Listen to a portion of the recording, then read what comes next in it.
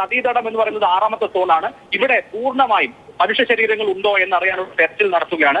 ഈ നദീതടത്തിൽ വലിയ തെരച്ചിൽ ഇപ്പോൾ നടത്തുകയാണ്. ഇതേ തെരച്ചിൽ തന്നെയാണ് മറ്റ് ഇടങ്ങളിലും സോണുകളായി തിരിച്ച്, അതായത് ഈ ദുരന്ത മേഖലയെ ആകെ സോണുകളായി തിരിച്ച് ഓരോ ഇടത്തും കേന്ദ്രീകരിച്ചുള്ള പരിശോധനയാണ് ഇപ്പോൾ നടക്കുന്നത്. ഇന്നലെ ഞാനും നമ്മുടെ വാർത്താ സംഘവും നിന്ന സ്കൂളിന് തൊട്ട് അടുത്തുള്ള സ്ഥലത്താണ് ഇപ്പോൾ ഈ തെരച്ചിൽ നടക്കുന്നത്. ഈ മണ്ണുമാങ്ങ യന്ത്രം ഇപ്പോൾ ഇവിടെ ആഴത്തിൽ തന്നെ കുഴിച്ച് പരിശോധന നടത്തുകയാണ്. അതുപോലെ നമുക്ക് അപ്പുറത്തെ സൈഡിലും മറുകരയിലും കാണാം, തൊട്ടപ്പുറത്തും കാണാം. ഇങ്ങനെ പരമാവധി, അതായത് ഇന്ന് മുഴുവൻ യന്ത്ര സഹായത്തോടുകൂടി പരമാവധി ആളുകൾ തൊട്ടപ്പുറത്തും കാണാം. ഇങ്ങനെ പരമാവധി, അതായത് ഇന്ന് മുഴുവൻ യന്ത്ര സഹായത്തോടുകൂടി പരമാവധി ആളുകളെ കണ്ടെത്തുക എന്നൊരു ദൗത്യത്തിലാണ് ഉള്ളത്. അതിന് സൈന്യം നേരിട്ട് മേൽനോട്ടം വഹിക്കുന്നുണ്ട്. മേജർ ജനറൽ മാത്യു നേരിട്ട് അദ്ദേഹം ബെയിലി പാലത്തിൽ തന്നെ നിന്നുകൊണ്ട് അതിന് മേൽനോട്ടം വഹിക്കുകയാണ്. അങ്ങനെ സൈന്യം, അതുപോലെ തന്നെ കേരളത്തിന്റെ fire and rescue team, police, അതുപോലെ ഉള്ള സർക്കാർ ഏജൻസികൾ തുടങ്ങി ദുരന്ത നിവാരണ സേന, തീർച്ചയായും അതിനോടൊപ്പം സന്നദ്ധ പ്രവർത്തകരും പ്രദേശവാസികളും,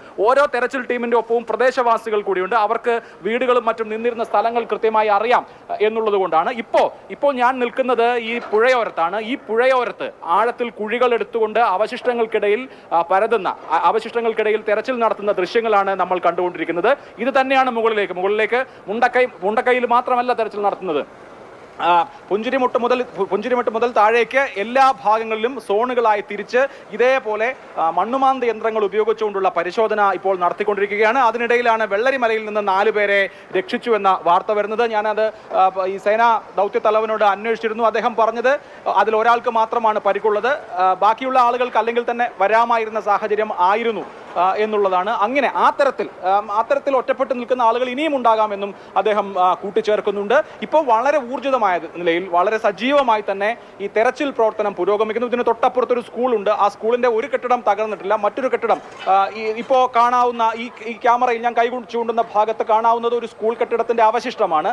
ആ സ്കൂൾ കെട്ടിടം ഒരുപക്ഷെ പൂർണ്ണമായും പൊളിച്ചു നീക്കാൻ സാധ്യതയുണ്ട്. മണ്ണുമാന്ത യന്ത്രങ്ങൾ ആ സ്കൂൾ കെട്ടിടത്തിന്റെ ഒരു ഭാഗം ഇടിച്ചിരുന്നു നേരത്തെ. അങ്ങനെ ഒരു സ്ഥലവും വിട്ടുപോകാതെ ഈ നദീതടത്തിലടക്കം ഒരു സ്ഥലവും വിട്ടുപോകാതെ സമ്പൂർണ്ണമായി തിരച്ചിൽ നടത്തുക എന്നുള്ളതാണ് ഇന്നത്തെ കാര്യം. ഇന്ന് ആളും അതുപോലെ തന്നെ സാമഗ്രികളും ഉണ്ട് പൂർണ്ണമായ വിധത്തിൽ. അതായത് തെരച്ചിൽ പ്രവർത്തനത്തിന് യാതൊരു തരത്തിലുള്ള തടസ്സങ്ങളും ഇപ്പോൾ നേരിടുന്നില്ല. വളരെ ഊർജിതമായി, വളരെ സജീവമായി ഇവിടെ തിരച്ചിൽ പുരോഗമിക്കുകയാണ്. ആര്യ, ശരി. അഭിലാഷ് മോഹനാണ് ആ ബെയിലി പാലത്തിന് സമീപത്ത് നിന്നുള്ള കാഴ്ചകളും വിവരങ്ങളും തത്സമയം നമ്മളിലേക്ക് എത്തിച്ചുകൊണ്ടിരിക്കുന്നത്.